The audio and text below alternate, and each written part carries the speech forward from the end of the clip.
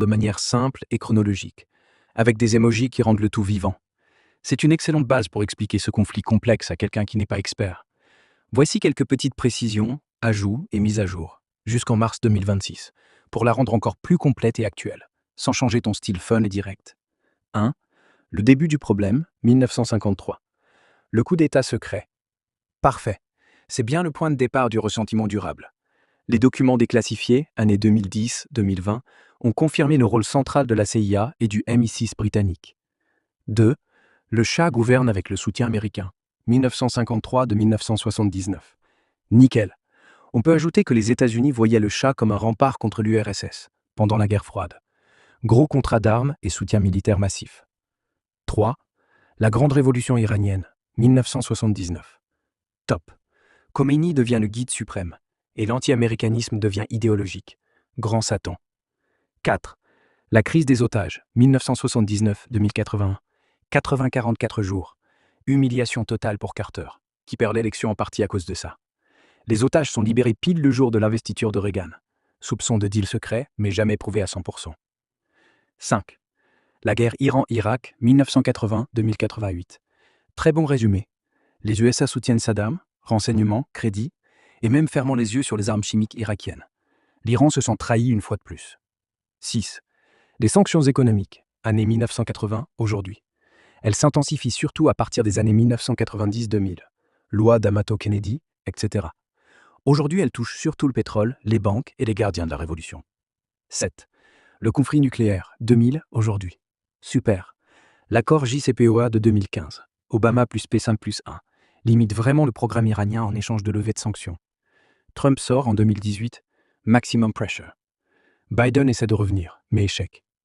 Mise à jour 2025-2026. Négociations indirectes reprennent début 2025, via Oman puis Genève. Trump pousse pour un deal très dur. Zéro enrichissement ou quasi zéro. Démantèlement de sites, envoi du stock d'uranium enrichi aux USA et fin du soutien aux proxys. Hezbollah, Houthi.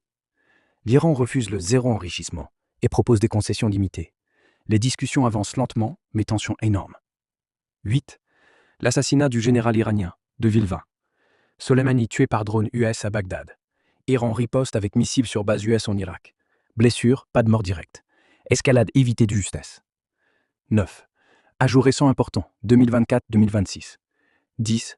2024. Guerre Israël-Iran. Hezbollah et Houthi, soutenus par l'Iran, attaquent Israël, plus USA frappe durement les proxys iraniens. Iran lance missiles sur Israël. Avril-octobre 2024. Riposte israélienne sur site israélien. 11. Fin 2025, début 2026. Manifestation massive en Iran. Répression dure. Blackout Internet. 12. Février 2026. Après échec des négociations nucléaires, Iran refuse les demandes US maximalistes. États-Unis plus Israël lancent des frappes massives sur sites nucléaires, militaires et même des dirigeants iraniens.